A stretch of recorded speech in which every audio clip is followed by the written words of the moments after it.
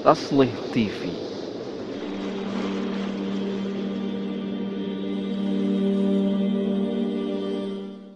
Bismillahirrahmanirrahim. Alhamdulillahirrabbilalamin. Wassalatu wassalamu ala rasulihil amin wa ala alihi wa sahbihi wa man tabi'ahum bi ihsanin ila yaumiddin. Amma ba'd. Assalamualaikum warahmatullahi wabarakatuh. Alhamdulillah, segala puji bagi Allah atas segala nikmat yang Allah berikan kepada kita. Sampai hari ini kita masih diberikan nikmat sehat, nikmat iman, dan nikmat yang lain. Salawat dan salam kepada Rasul kita Muhammad SAW, kepada para sahabatnya, keluarganya, sahabatnya, dan umatnya yang setia meniti jalan perjuangan beliau dan meniti jalan sunnah-sunnah beliau. Alhamdulillah, sahabat Taslih, kita kembali dalam obrolan santai kita, tapi penuh makna, syarat makna, bincang sore berfaedah. Seperti biasa di pekan pertama ini kita ditemani oleh guru kita, Ustaz Bambang Ridho LC Hafizahullah Ta'ala. Sebelah saya kita sapa dulu. Assalamualaikum Ustaz Bambang. Waalaikumsalam warahmatullahi. Alhamdulillah, Ustaz Bambang tetap setia menemani kita untuk membahas kitab demi supaya kita lebih berilmu lagi nih, Masya Allah. Masih dalam lanjutan kitab Ikhtilaful Muftin ya Ustaz ya? Iya, benar. Yang ditulis oleh Profesor Syarif Hatim Al-Auni Hafizahullah Ta'ala. Di pembahasan sebelumnya, seingat saya, mungkin nanti mohon dikoreksi Ustaz, kita telah membahas seputar sikap ya, sikap kepada pemilik pendapat dan sikap kepada pendapat itu sendiri dalam khilaf yang tidak dianggap ya, khilaf sa'id ya, ghairu sa'id. Nah, kemarin mungkin teman-teman juga sudah menyaksikan tentang bagaimana kita bersikap pun ada panduannya, bahkan terhadap pendapat yang dia pada asalnya dia tidak diakui ya, Ustaz ya. Artinya tidak dianggap gitu. Iya. Tapi kita punya sikap-sikap yang ulama memberikan panduannya gitu.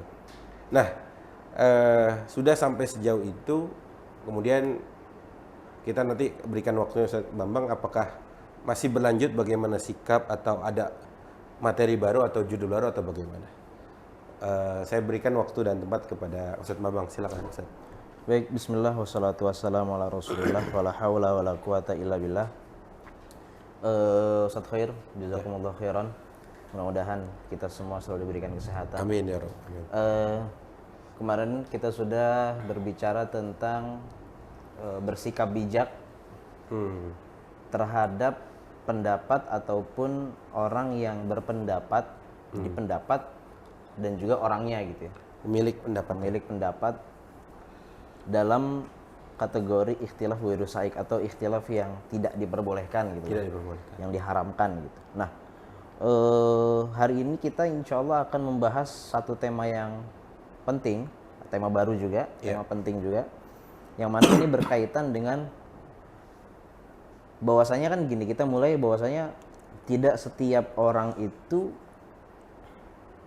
tidak setiap ulama lah katakan gitu ya, tidak setiap orang yang berilmu itu kan berhak untuk berfatwa.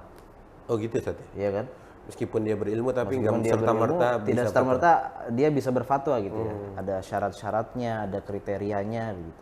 Apalagi tidak setiap manusia berfatwa. bisa berfatwa kan gitu. Iya. Kalau tidak setiap orang berilmu saja bisa berfatwa, terlebih tidak setiap manusia bisa berfatwa gitu. Secara umum manusia awam lah. Manusia awam gitu. Nah, sekarang kan menjadi pertanyaan, apa sih kriteria seorang ulama itu memiliki kompetensi untuk berfatwa? Artinya, kalau kita dari pandangan kita sebagai orang awam, siapa nih ulama yang berhak dan patut kita jadikan rujukan untuk minta fatwa? Di hari ini yang tentu kita girah keislaman kita sedang meningkat. Betul. Masalah-masalah kontemporer juga semakin banyak gitu kan. Kita kan butuh nih. Ini apa sih hukumnya? Ini apa hukumnya? Ini apa hukumnya? Nah, itu kan kita juga harus tahu siapa orang yang pantas untuk kita mintai fatwa. Nah, ini penting nih teman-teman.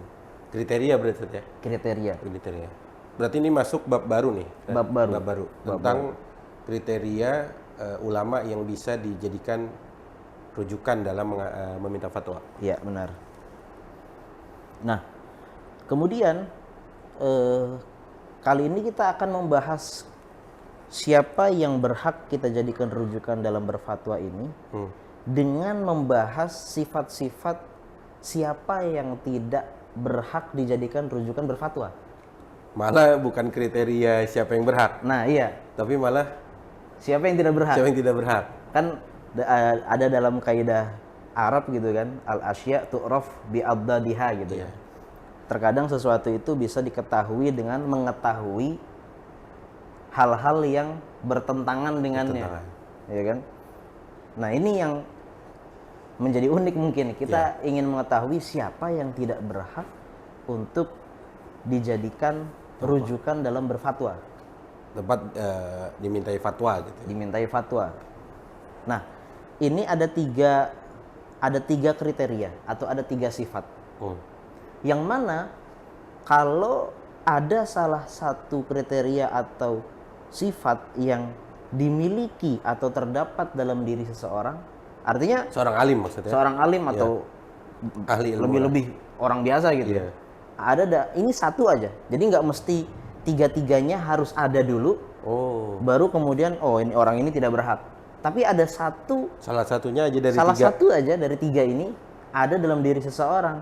Berarti dia tidak berhak dijadikan rujukan untuk meminta fatwa. Siap. Apa aja, Ustaz? Nah, yang pertama adalah orang jahil. Jahil. Orang jahil. Kalau jahil mah udah jelas, Ustaz. Nah, itu dia. Iya. Maksudnya kriteria jahilnya itu seperti apa? Nah, itu dia ya kan. Sebenarnya kan Pertanyaannya kan mungkin teman-teman akan tanya, nah itu dia. kalau jahil udah dari awal ya, dia bodoh. Nah, itu Maksudnya gimana? Maksudnya lebih spesifik lagi, Ustaz, atau bisa jelaskan mungkin jahilnya seperti apa? Tingkatannya atau Baik. seperti apa? Bener kata Dayantum ya. Iya. Kalau udah kita sebut orang jahil ya Ya udah. secara logika aja, secara logis Final lo udah enggak. namanya kejahilan itu tidak pantas untuk dimintai fatwa atau dijadikan tempat bertanya gitu. Orang jahil kok, orang jahil itu kan sebaik-baiknya level orang jahil itu ya dia harus belajar kan gitu kan. Bukan disuruh ngajar kan gitu kan. Iya. Bahkan kalau kita bahas kalau kita membaca perkataan para ulama, Imam Ghazali atau imam-imam yang lainnya, beliau dengan jelas, dengan tegas mengatakan bahwasanya orang awam tidak boleh meminta atau bertanya fatwa kepada orang yang diketahui kejahilannya. Ini kata Ghazali. Kata Imam Al-Ghazali, wifaqan secara ijma. Jadi Orang udah sepakat kalau dia orang jahil. iya, jadi bukan hanya secara logis, tetapi secara tegas para ulama bersepakat bahwasanya ya orang jahil tidak boleh dijadikan tempat untuk bertanya atau dimintai fatwa gitu. Nah, kemudian menjadi pertanyaan berikutnya kan ada tadi yang antum tanya gitu kan. Standar kejahilan apa yang kemudian dimaksud dari Jahil yang dimaksud. jahil yang dimaksud ini gitu kan. Nah, ini kan jadi gini ya, Ustaz. Sebelum kita masuk ke pembahasan, saya ingin ingatkan bahwasanya ini materi yang kita bahas pada hari ini itu penting karena begini, kita tidak ingin untuk mengetahui siapa yang pantas dan tidak pantas untuk dimintai ahli fatwa. Kita tidak ingin itu dilakukan secara serampangan. Iya. Artinya jangan kemudian atas dasar hawa nafsu kemudian kita menolak seseorang untuk dijadikan ahli fatwa gitu, atau dengan Kebencian. atas dasar kebencian atau perbedaan pilihan politik atau perbedaan afiliasi. Kan itu yang terjadi gitu kan. Banyak terjadi hari ini. Banyak terjadi hari ini. Bulan bukan bersama kita, ya kita nggak terima apapun. Beda warna aja. Iya. Wah, enggak itu fatwanya tidak bisa diterima karena beda warna saja kan gitu kan. Berarti emang bukan atas dasar itu ya. Bukan atas dasar itu. Memilih ini bisa saya ambil fatwa, bukan atas dasar itu. Bukan atas dasar itu. Tapi Ada kriteria, ada tiga. kriteria, ada ya ya kalau kita sering bicara bahwasanya Islam itu kan agama yang ilmiah gitu lah ya. Iya.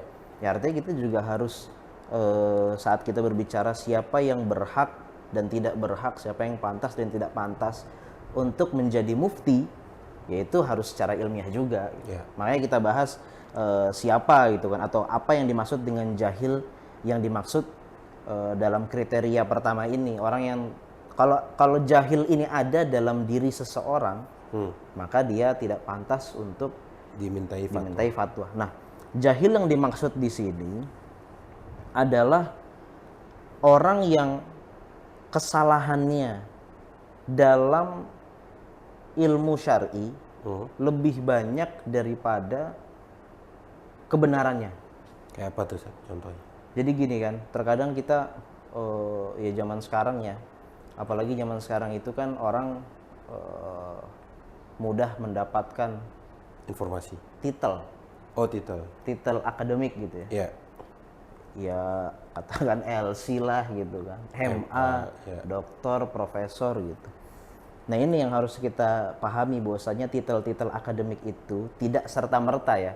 Bukan kemudian kita mengatakan bahwasanya itu tidak kita anggap, tidak, tapi tidak serta-merta orang-orang tersebut kemudian layak gitu ya dimintai fatwa gitu.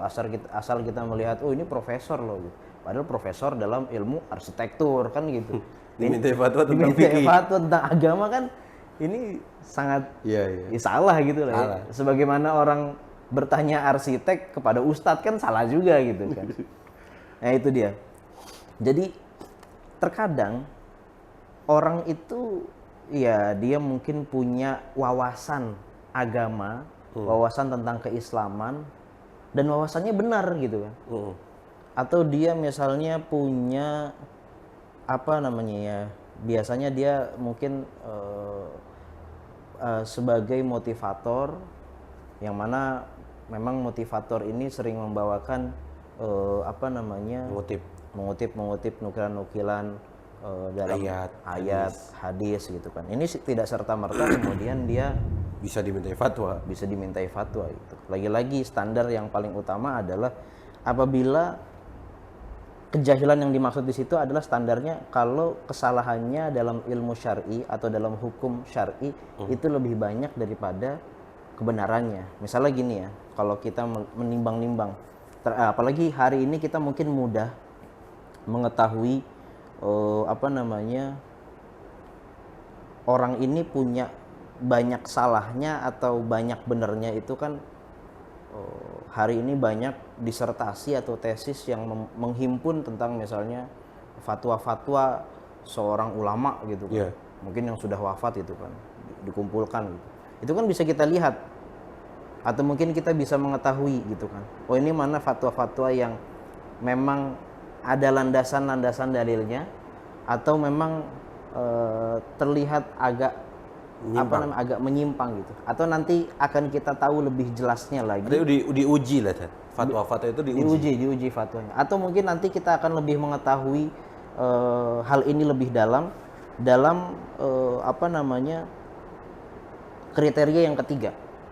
Oh tapi nantilah kita bahas. Tapi nanti. Nah ini penting kita garis bawahi bahwasanya kejahilan yang dimaksud di sini adalah apabila seorang ulama atau seseorang kesalahannya lebih banyak daripada benarnya, maka itu disebut jahil atau dia tidak pantas untuk dimintai fatwa. Karena apa? Karena ya kalau kita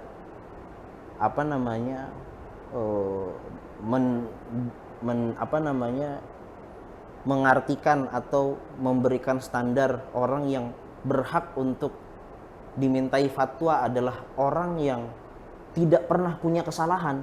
Wah, berat lah. Kan berat. Siapa? Nggak ada. Nggak gitu. ada, iya. Emang kita, ya ini tentu berbeda kalau kita berbicara tentang Nabi dan Rasul gitu kan. Yeah. Nabi dan Rasul jelas mereka maksum gitu ya. Terlepas dari kesalahan mereka. Mereka tersucikan dari kesalahan gitu ya. Tetapi masalahnya kalau kemudian mungkin kan ada orang bertanya gitu kan. Oh, kalau jahil itu nggak boleh dijadikan dimintai fatwa, yang mana orang jahil itu kan mungkin dia punya kesalahan gitu ya. Berarti harus orang yang nggak punya kesalahan sama sekali yang boleh dimintai fatwa. Itu Mustahil ya. mustahil gitu kan. Makanya kita garis bawahi bahwasanya yang dimaksud dengan jahil di situ adalah yang kesalahannya lebih banyak daripada benarnya. Tapi ini harus diperhatikan satu lagi, masalah ini berbeda dengan masalah mengutamakan satu orang alim dari orang alim yang lainnya karena memang punya perbedaan kapasitas ilmu gitu. Artinya gini, dalam agama kita, dalam ilmu fikih itu dibahas bahwasanya kalau misalnya ada dua alim, bisa kita jadikan rujukan untuk berfatwa gitu. Dua-duanya gitu. Tapi satu alim ini ilmunya lebih luas, lebih tinggi gitu ya. Sementara ada alim yang lainnya, dia sebenarnya berhak juga untuk dimintai fatwa, tetapi kemudian ilmunya tidak setinggi yang satunya lagi gitu. Nah kan dalam ilmu fikih kita dianjurkan bukan diwajibkan, dianjurkan untuk bertanya kepada yang lebih luas, yang lebih alim gitu kan. Ini berbeda, jangan kemudian disamakan karena ini dua-duanya memang berhak untuk dimintai fatwa. Artinya gitu. Nggak ada kriteria satu ini. Enggak, dia bukan jahil nih. Bukan tergolong jahil. Nah, ini yang dimaksud dengan kriteria yang pertama, yaitu bahwasanya kalau seseorang jahil gitu ya jelas dia tidak boleh dimintai fatwa. Berarti tadi antum sebut yang dimaksud jahil adalah apabila ketidaktahuan orang tersebut tentang perkara agama lebih banyak. Emang dia bukan spesialisasinya agama kali gitu Ustaz ya? Bisa kita karena kita kan spesifik fatwa dimaksudkan tentang seputar agama kan Ustaz? Benar. Bukan fatwa yang lain-lain. Oh gitu, berarti kriteria orang yang tidak cocok gitu ya dimintai fatwa pertama, ini maksud jahil tadi kata Ustaz Bambang adalah dia yang ketidaktahuannya tentang perkara agama lebih banyak gitu. Dibanding perkara yang dia tahu. Karena dengan begitu kemungkinan salahnya lebih besar. Iyalah, dia nggak tahu, kan gitu, tahu banyak. Turunannya begitu gitu. Itu yang pertama itu. Baik. Ada berapa saat tadi antum sebut kriteria? Ada tiga. Ini tadi yang pertama ini tentang yang jahil. Yang kedua ada. Nah, yang kedua adalah apabila seseorang itu dia tergolong sebagai orang fasik. Maka dia juga tidak pantas dijadikan rujukan atau dimintai fatwa. Nah, pertanyaannya hampir sama kayak yang di nomor 1 Ustaz. Kriteria fasik itu kan ahli maksiat lah, atau maksiat ya. Kefasikan, kemaksiatan. Nah, kriteria kemaksiatan ini harus antum menjelasin juga Ustaz. Tadi tentang sebagaimana kejahilan tadi. Apa Ustaz maksudnya kefasikannya tingkatnya kayak apa, kemudian seperti apa ya seorang tadi dikatakan fasik atau lain? Iya, jadi fasik itu kan bahasanya definisi ya? Definisi fasik secara global itu adalah apabila ada dalam diri seseorang kelemahan yang begitu besar dalam masalah keimanannya. Pelaku dosa besar? Nah, nanti kita akan jelaskan maksudnya dari ada kelemahan yang sangat besar dalam keimanannya. Artinya gini, tidak setiap orang melakukan maksiat itu kemudian kita katakan dia fasik, atau tidak secara serta-merta, secara mutlak kita samaratakan setiap orang yang melakukan maksiat itu fasik. Dia adalah fasik, atau ada orang berbuat maksiat, setiap orang berbuat maksiat artinya dia dalam dirinya ada kelemahan yang sangat besar dalam keimanannya. Tidak begitu. Nggak begitu ya. Ada tingkatannya juga. Ada tingkat-tingkatannya gitu. Bahkan kan gini, kalau kita melihat ya dari dalil-dalil atau ayat-ayat Al-Quran, hadis-hadis Rasulullah, kita akan mendapati bahwasanya dosa besar sendiri aja itu terkadang berbeda loh. Apa dosa besar? Dosa besar itu walaupun hukuman di dunianya sama, tetapi bisa jadi hukuman di akhiratnya itu berbeda. Artinya ini menunjukkan bisa jadi seseorang melakukan dosa besar, ada dua orang melakukan dosa besar.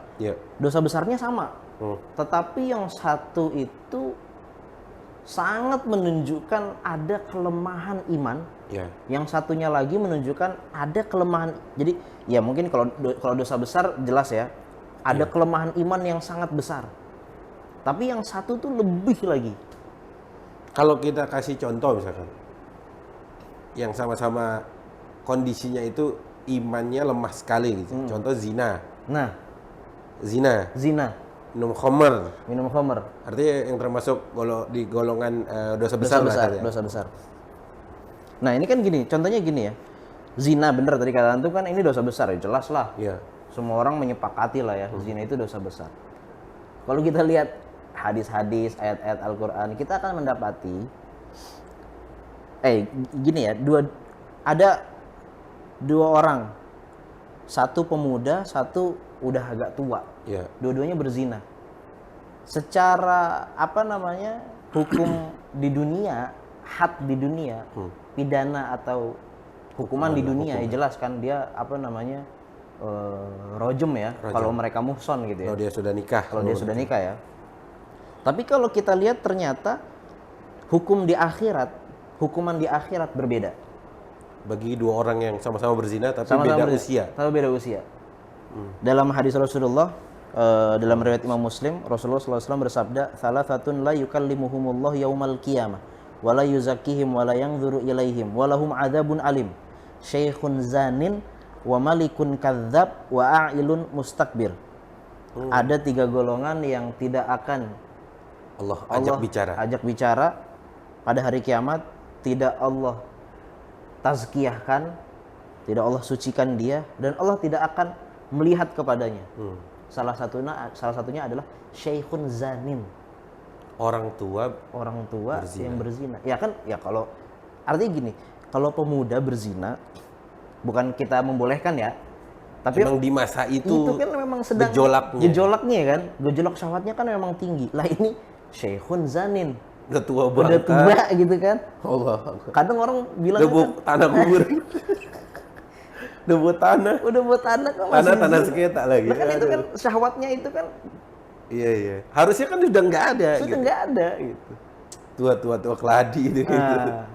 Maka begitu juga. Artinya tidak setiap maksiat itu tidak setiap orang yang melakukan maksiat itu menunjukkan ada kelemahan yang sangat besar dalam keimanannya. Ya bahkan kan bahwasanya ada perbedaan hukum di dunia antara orang yang melakukan zina, dia sudah menikah atau dia belum menikah, itu kan menunjukkan ada perbedaan memang. Artinya bertingkat-tingkat loh maksiat itu. Gitu.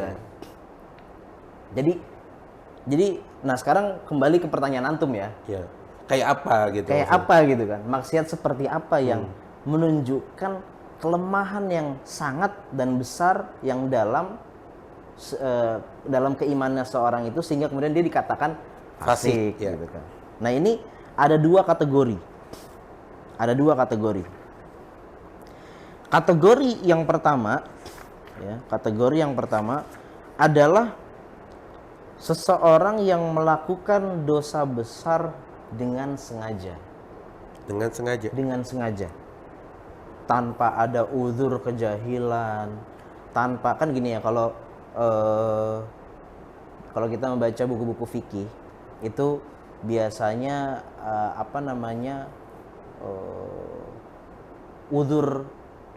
seseorang diuzur kejahilannya atas dasar dia mungkin baru masuk Islam. Ya mungkin kalau dia uzur bil jahal gitu ya, kan sering itu di medsos gitu ya. Orang bahas begini begitu. Nah, ini kalau ada orang mungkin dia melakukan dosa besar tapi dia karena diuzur, mungkin dia punya uzur karena kejahilan. Uzur kejahilan itu ya katakan kalau dalam mazhab Syafi'i dia berlaku bagi orang yang baru masuk Islam. Mu'alaf gitu ya. Tapi harus dipahami juga mu'alaf jangan udah 3 tahun disebut mu'alaf, ya enggak gitu kan. Lebih tepatnya sebenarnya hadithu ahdin bil Islam gitu kan. Yang baru masuk Islam gitu kan. Itu mungkin ada uzur lah gitu. Atau mungkin dia melaksanakan dosa besar karena diancam, ikroh, mukroh. Kalau enggak berzina, saya bunuh. Gitu. Ya kan? Kalau nggak minum khamar saya bunuh kamu. Nah, gitu kan. Nah, yang seperti itu tidak masuk fasik ya. Oh gitu, karena Iya. dalam tekanan. Dalam tekanan. Beda kalau dia Dengan sukarela. melaksanakan maksiat dengan sukarela, Sengaja. dengan sengaja tanpa ada uzur kejahilan, tanpa ada paksaan, gitu kan? Maka yang demikian itu bisa mengakibatkan seseorang masuk dalam kategori fasik. Oke, berarti ini kategori yang pertama ya tadi antum sebut. Kategori yang pertama, Berarti kalau seseorang melakukan dosa besar, dosa besar. dosa besar dalam kondisi sengaja dan tanpa paksaan dan tekanan. Tekanan gitu ya. Ini yang pertama. Yang kedua, Ustaz? Yang kedua adalah apabila seseorang melakukan dosa kecil dibarengi dengan hal-hal yang menunjukkan bahwasanya dia itu meremehkan dosa kecil tersebut. Sebagaimana apabila ada seseorang meremehkan dosa besar dan dia kerjakan dengan sengaja. Jadi ini apa namanya harus komplit nih, harus komprehensif nih. Bukan kemudian orang melakukan dosa kecil langsung disebut fasik, tidak. Ya. Benar, orang yang melakukan dosa kecil itu menunjukkan bahwasanya ada indikasi lemah iman.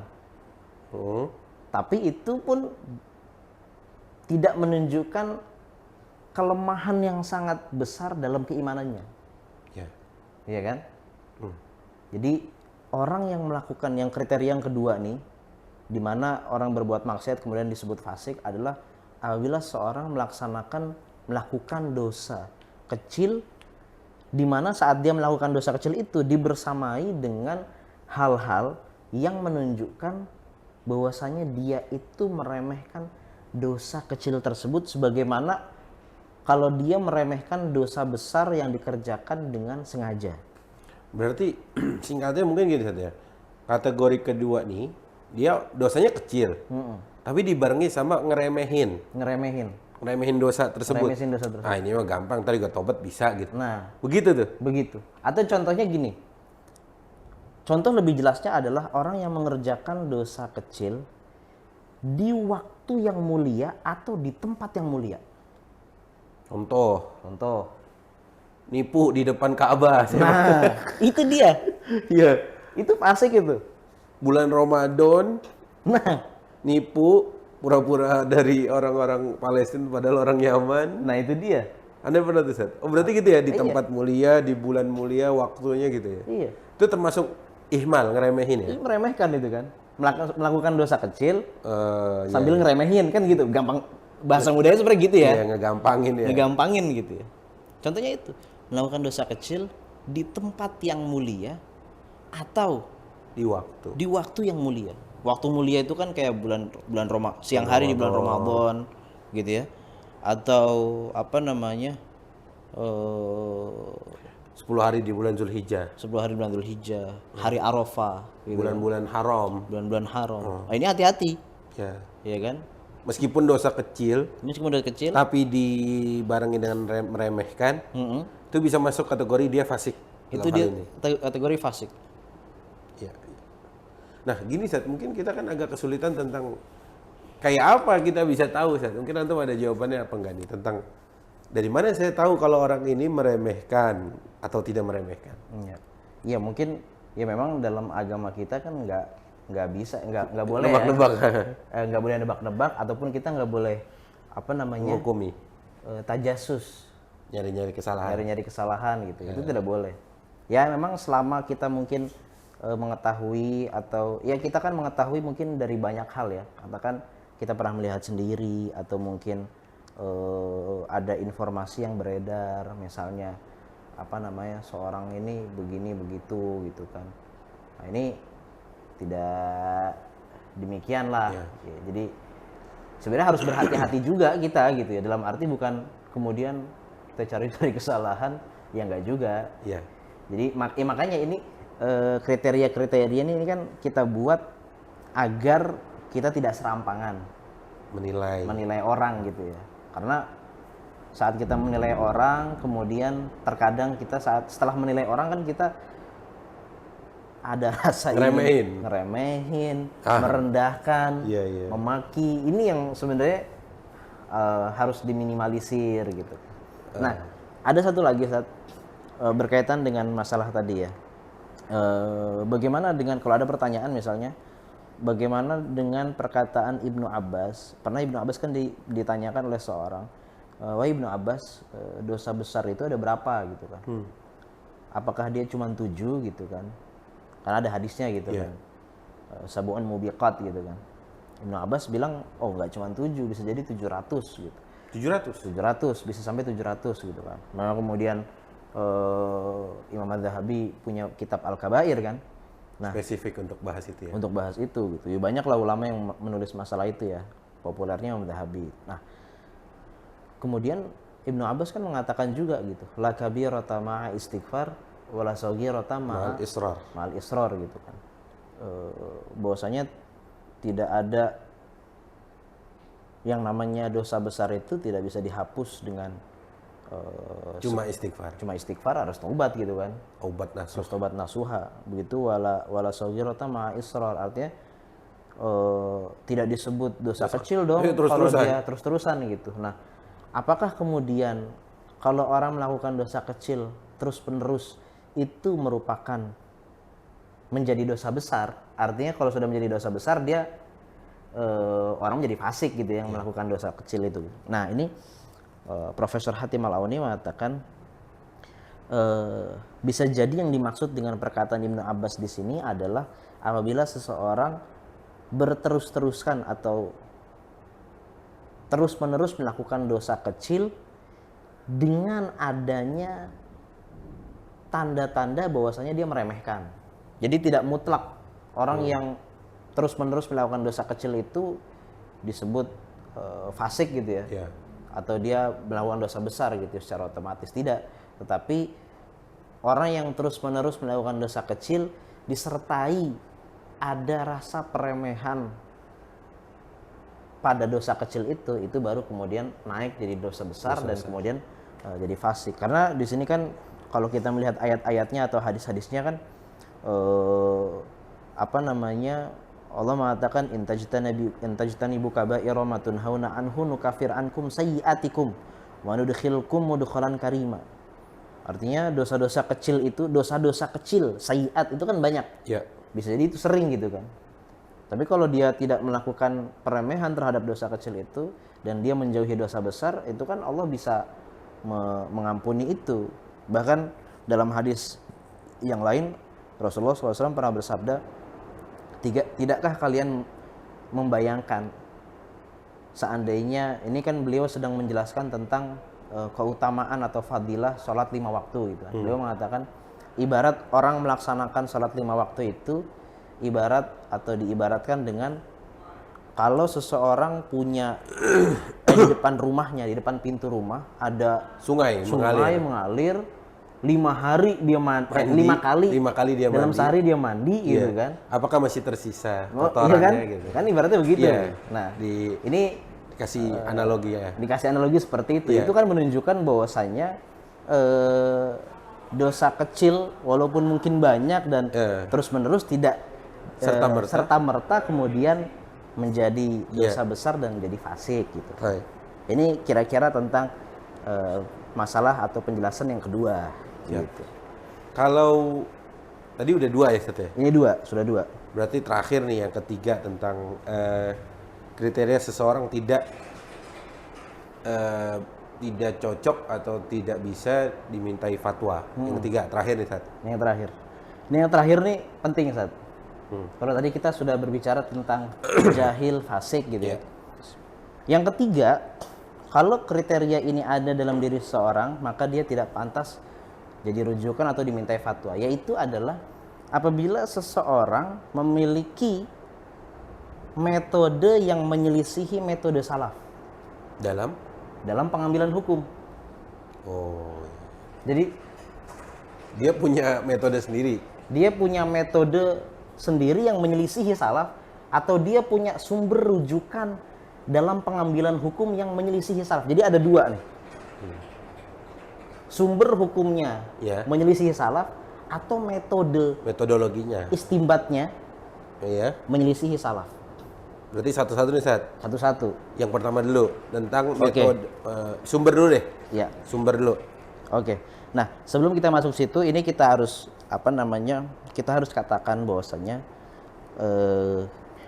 sekali lagi pembahasan ini untuk kita agar tidak serampangan dalam menghukumi ya, Ya, orang pantas atau tidak. Karena kan gini.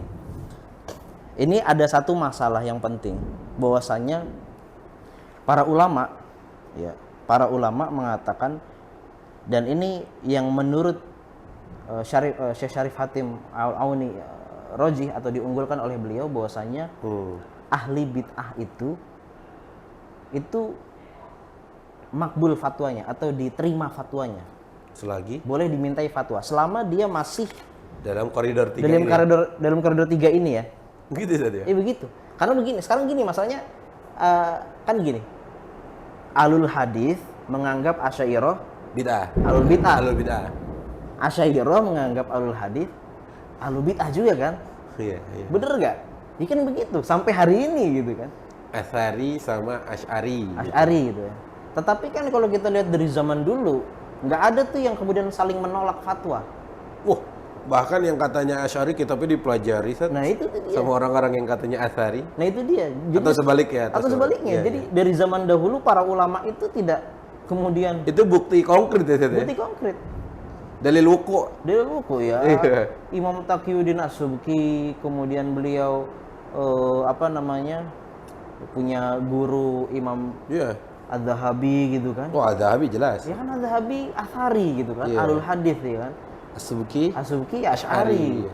Ya mereka saling memberikan manfaat, maupun itu mereka berguru langsung, menjadi murid langsung Atau membaca atau karangan menjaga karya-karyanya. karyanya kan gitu kan. Iya. Jangan kemudian kita terpenjara dengan afiliasi. Menarik ini. Ini menarik ini. Beda warna nggak mau gitu kan. Fulan laisa ulama, fulan nggak boleh diambil fatwanya Itu gitu. dia. Akhirnya kagak ada ulama. Akhirnya nggak ada yang disakralkan tokoh-tokoh Tidak itu. disakralkan. Ya orang semuanya kagak ulama. Iya, yang dari kelompok ini bilang ulama fulan, dari kelompok lain bukan ulama. Yang dari sini kebalikannya. Ya, Iya. terus yang ulama siapa? Nah itu dia. Coba kita dengarkan perkataan Al-Imam Abul Qasim As-Saymari Asy-Syafi'i. Beliau wafat tahun 386. Ini penting. Beliau mengatakan, wa tuqbalu fatawa ahlil ahwa wal khawarij wa man la yukaffaru bi bid'atihi wa la bi fisqihi. Wah, benar. Ajib ini, Iya kan? nukilan ini. Diterima fatwa-fatwa ahlul ahwa wal khawarij, ahlu bid'ah dan khawarij. Wa man la yukaffaru bi bid'atihi wa la bi fisqihi. Selama orang tersebut Tidak bid'ahnya atau menjadikan dia kefasikannya kafir. tidak membuat dia kafir gitu. Ya. Dan Profesor saya tahu Profesor Hatim Al-Auni punya sebuah bahasan dalam sebuah makalah beliau yang beliau menukilkan perkataan-perkataan ulama-ulama Asy'ariyah yang sebenarnya mereka itu tidak pernah mengkafirkan orang-orang yang menyelisihi Pandangan Asy'ariyah. Artinya tidak saling mengkafirkan juga ya. Tidak saling mengkafirkan. Perbedaan-perbedaan yang sengit atau tajam pun tidak, ya tadi layu kafir. Itu dia. Nah ini penting ya. Nah sekarang kembali lagi kepada pertanyaan antum gitu kan. Kita ingin membahas nih apa yang dimaksud atau apa contoh dari sumber yang menyelisihi sumber salaf atau metode istimbat yang menyelisih salaf. Kita mulai dari yang sumber dulu ya. Nah, kalau seseorang sumber pengambilan hukumnya menyelisihi salaf, maka dia tidak pantas. Contoh. Nah, contohnya, jadi menyelisihi sumbernya salaf itu ada dua macam. Mungkin dia tambah-tambah atau dia kurang-kurangi. Kan gini ya. Sumber pengambilan hukum dalam agama kita yang disepakati ada 4 kan? Ya. Al-Quran, Sunnah, Ijma, Qiyas. Ya. Kan kalau selainnya kan diperselisihkan gitu kan. Ya ada amal ahlul Madinah, ada istihsan, masalih mursalah. Ini kan sebenarnya semuanya ijtihadi dan sebenarnya dia akhirnya kembali kepada Quran dan Sunnah atau yang empat ini gitu kan. Kayak misalnya masalih mursalah itu turunannya ya, turunannya sebenarnya gitu kan. Atau saddu dzari'ah kembali kepada kaidah darul mafasid muqaddam 'alal jalbil masalih gitu kan, dan lain-lainnya gitu. Nah, sekarang kalau misalnya ada orang menambah-nambah sumber hukum, contohnya kasyaf. Atau atas dasar mimpi gitu kan. Lah, ya kan? Iya. Ini nambah-nambahin sumber hukum namanya gitu kan. Saya mimpi jadi sumber hukum. Iya gitu kan. Padahal yang berhak itu ya cuma para nabi aja ya. Itu dia. Para nabi kan wahyunya ya kadang lewat mimpi. Iya kan? Gitu kan. Bahkan berarti setelah nabi nggak ada lagi yang begitu Ustaz ya? Nggak ada lagi seperti itu. Hatta gini, ada nggak antum tahu mungkin tentang sahabat mulia Abu Bakar, Umar, Utsman, Ali punya mimpi terus jadi sumber hukum, Ustaz? Ada nggak? Beliau bahas nggak, Ustaz? Beliau nggak bahas. Beliau nggak bahas. Beliau menyebutkan di antara contoh nambah-nambahin sumber hukum itu ya kayak gitu, kasyaf sufi. Beliau menyebutnya dengan al-kasyfus sufi. Wal ihtikam ilal ilham mutlaqan. Kayak gimana, Ustaz? Ya mungkin orang tiba-tiba dapat ilham secara mutlak gitu kan. Tanpa dia nggak sesuai dengan atau menyelisihi Al-Quran. Karena salaf pun nggak ada yang begitu itu ya. Salaf tidak ada yang seperti itu. Ini kalau nambah-nambahin. Kalau nambah-nambahin. Kalau ngurang-ngurangin sumber hukum. Contohnya adalah menolak sunnah, ingkar sunnah. Munkirus sunnah. Jadi pokoknya saya mengamalkan apa yang ada di Al-Quran saja. Karena sunnah ada yang dhaif, ada yang hasan, ada yang sahih. Iya. Kalau Quran itu mutawatir ya. Jadi dia kalau wudu, ya udah yang apa yang ada di sunnah aja gitu. Quran. Dan dia mengingkari apa yang ada di sunnah. Di Quran. Iya, di Quran. Apa yang ada di sunnah dia ingkari gitu kan. Atau mungkin dia mengingkari khobar ahad. Kabar ahad. Jadi kan ada, kalau dalam ilmu mustalah kan ada khobar mutawatir, ada khobar ahad gitu ya. Nah dia kalau khobar mutawatir dia dia terima. Tapi kalau khobar ahad dia tidak terima. Mungkin jelasin dikit khobar ahad ke teman-teman dikit apalah. Nah, kalau khobar mutawatir itu kan yang mana di setiap di setiap masa atau di setiap tingkatan periwayatannya itu memang banyak. Diriwayatkan sekelompok orang yang menunjukkan ya mustahil mereka bersepakat dalam kebohongan gitu kan. Kalau ahad di bawah itu ya mungkin ada yang nggak sampai 3 kali 3 orang. Mungkin 3, 1, 2 atau berapalah gitu. Itu seperti jadi kalau khobar ahad tidak terima. Tapi kalau mutawatir diterima. Padahal kan ulama sejak zaman dahulu bersepakat, berijma, pakai juga. Khobar ahad dipakai. Begitu. Termasuk ini mungkin nggak tahu beliau bahas atau antum punya maklumat sendiri kan tentang orang menolak hadis dhaif. Itu mengurang-urangi, Ustaz? Bisa jadi ya. Mengingkari menolak hadis dhaif secara mutlak ya. Iya kan? Artinya nggak bisa kita nggak pakai hadis dhaif sebagai sumber hukum. Kalau salaf pakai juga, Ustaz? Pakai. Bahkan beberapa ulama kan menjelaskan itu kan. Hadis dhaif itu diamalkan dengan syarat-syarat tertentu. Bahkan mereka menjelaskan syarat-syaratnya gitu kan. Tidak secara mutlak gitu. Nah, begitu juga di antara contoh mengurang-ngurangi sumber hukum adalah orang yang tidak menggunakan qiyas secara mutlak. Ada juga, Ustaz? Ada. Tidak ada qiyas. Ini juga termasuk mengurangi sumber. Nah, kalau kita terkadang berbicara qiyas ya, ini kita berbicara biasanya yang menolak qiyas ini kan dari kalangan zohiri gitu. Nah, tekstualis gitu ya. Ini menurut Profesor Hatim Al-Auni, beliau mengatakan perkataan yang adil bagi hukum-hukum yang dilahirkan dari mazhab zohiri itu adalah mereka itu diterima fatwanya, tidak diterima kan gini ya. Masalahnya kan banyak ulama yang mengatakan, ulama berbeda pendapat nih. Sempat kita jelaskan dalam beberapa video yang lalu ya. Orang ulama berbeda pendapat, apakah fatwanya zohiri itu diterima atau tidak? Ada yang mengatakan tidak diterima sama sekali. Hmm. Mau itu fatwa yang berkaitan dengan kias ataupun Ataupun yang tidak, lain. tidak diterima sama sekali. Ada yang mengatakan diterima semuanya. Nah, yang pertengah-tengahan ini yang kemudian dipilih oleh Profesor Hatim Al-Auni, yaitu bahwasanya yang tidak diterima adalah yang berkaitan dengan pengingkaran mereka terhadap kias. Ini secara adil menilai Secara adil menilainya nilai seperti itu. kelompok Zahiri Iya. pendapat Ya karena masalahnya kalau tidak berkaitan dengan kias kan berarti kan benar-benar saja kan fatwa mereka gitu kan. Ya. Tidak ada penyimpangan dalam metode atau sumber hukum kan gitu kan. Itu ini semua yang berkaitan dengan yang pertama tadi. Sumber yang menyimpang dari sumbernya salaf. ya. Sekarang kita masuk ke yang kedua, yaitu metodologi istimbat yang Tidak sesuai salaf. Atau menyimpang dari metodenya salaf. Contohnya apa? Contohnya adalah orang yang memahami ayat Al-Quran atau hadis Rasulullah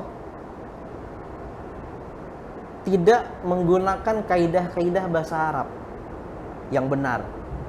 Serampangan nih. Serampangan. Jadi atau gini, tafsir batini. Tafsir hermeneutik. Nah, itu juga termasuk, ya kan? Kalau orang tafsir batini itu kan mengatakan ada tafsir zohiri, ada tafsir batini. Jadi menurut dia setiap ayat Al-Quran itu ada makna tersembunyinya. Yang mana makna tersembunyi itu hanya bisa diketahui oleh ulama-ulama mereka yang mungkin sudah Derajatnya kasyaf. derajatnya sudah masya Allah kan gitu kan. Ini tidak ada. Ya. Para ulama salaf tidak memiliki ini gitu. Ini menyimpang dari Yang ada kan ya tafsir ayat dengan ayat, Nah. ayat dengan hadis, nah gitu ya. itu dia. Tafsir Al-Quran. Begitu juga tafsir hermeneutika, Iya. iya kan? Itu kan Lagi rame hari-hari ini aja hari sih. ini ya. Ini kan aneh ya. Kan salaf gak mengenal hermeneutika ya. Nggak mengenal, itu kan malah dari Orang sono. orang barat ya kan, yang memang mereka memiliki masalah dengan agama mereka gitu. Iya. Masalah itu jangan kita bawa ke Islam agama Islam sudah jelas gitu. punya metodologi jelas dari zaman ke zaman sudah diuji dan lain sebagainya. Iya, tafsir hermeneutika ini kan artinya yaitu penafsiran sesuai dengan kebutuhan zaman gitu kan. Mereka menganggap wah ini sudah tidak relevan lagi. Ada lagi Ustaz terbaru, Apa tuh Ustaz? Al-Qiraah Mubadalah. Apa tuh Ustaz? Ya, lebih ke ini sih Ustaz. Perempuan kayak punya kesempatan untuk apa ya? Qiraah Mubadalah itu setahu saya gitu, dia perempuan punya pandangan sendiri tentang Jadi bagaimana hukum Islam di pandangan perempuan gitu. perempuan feminis gitu ya. Nah itu dia. Kan ini unik. Kalau dia mengatakan hukum-hukum Islam yang klasik ini sudah tidak relevan di zaman sekarang, tafsiran dia hari ini Akan tidak relevan dia akan di suatu waktu. Jadi apa nih gitu kan? Maksudnya apa gitu? Nanti berarti harus ganti lagi dong gitu. Ini kan aneh ini, tidak dimiliki oleh salaf gitu. Ya. Ini yang begini-begini nih termasuk penyimpangan metodologi dalam Istinbat pengambilan hukum. hukum ya, istinbat hukum. Termasuk juga misalnya seseorang yang mengedepankan klaim, dia mengklaim bahwasanya ini ada maslahat atau maqasid syariah yang harus dituju, diutamakan. Padahal di situ bertabrakan dengan nas-nas syar'i, nas-nas syar'i, zahir, nas-nas Al-Qur'an, As-Sunnah gitu kan. Padahal jelas gitu. Misalnya dia mereka mengatakan bahwasanya sekarang ini dulu sempat viral Ilkul Yamin. Bukan Sat, yang saya ingat itu masalah haji jangan di Mekah doang lagi katanya gitu, karena mungkin tempatnya sudah tidak cukup atau gimana gitu. Terus ke Pondok Gede apa ke Blok M Sat? Ada yang baru di BSD. Ya Allah, katanya lebih bagus lagi. Itu kan aneh ya. Aduh. Oke, dia mungkin ada maslahat yang dia ingin tuju, artinya mungkin kalau di Mekah mungkin lebih panas, tempatnya kurang Tapi kan besar. ini kan nggak, ini menabrak Itu hukum. menabrak gitu kan, tidak bisa seperti itu. Paman hajjal baita, bukan? Kan Iya. jelas ya, al bait dimaksud adalah Makkah ya. Mekah kan. Atau jangan-jangan dia al-bait di Adam, sini iya. tafsir batini gitu Iya, kan. iya. Al-bait baitnya dia gitu kan. Baik, baik, baik. Nah, inilah kira-kira Ustaz apa Masya Allah, namanya Masya Allah. hal-hal yang berkaitan. Ini tiga kriteria sudah kita sebutkan. Salah satu ada di diri seseorang Nggak layak. nggak layak dia dijadikan rujukan untuk dimintai fatwa. Masya Allah.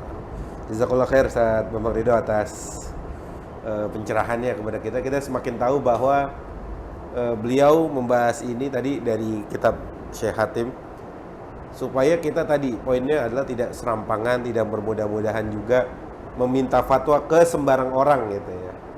Apalagi udah jelas orang ini diketahui kefasikannya, kejahilannya, dan ketidak sesuaiannya tentang mengambil sumber dan metodologi yang sesuai dengan salaf. Baik, kira-kira itu teman-teman sahabat Taslim. Insya Allah kita akan lanjut lagi pembahasannya di pertemuan yang akan datang, masih dalam pembahasan kitab Ikhtilaful Muftin karya Profesor Hatim Al-Auni bersama Ustaz Bambang, insya Allah di kesempatan yang akan datang.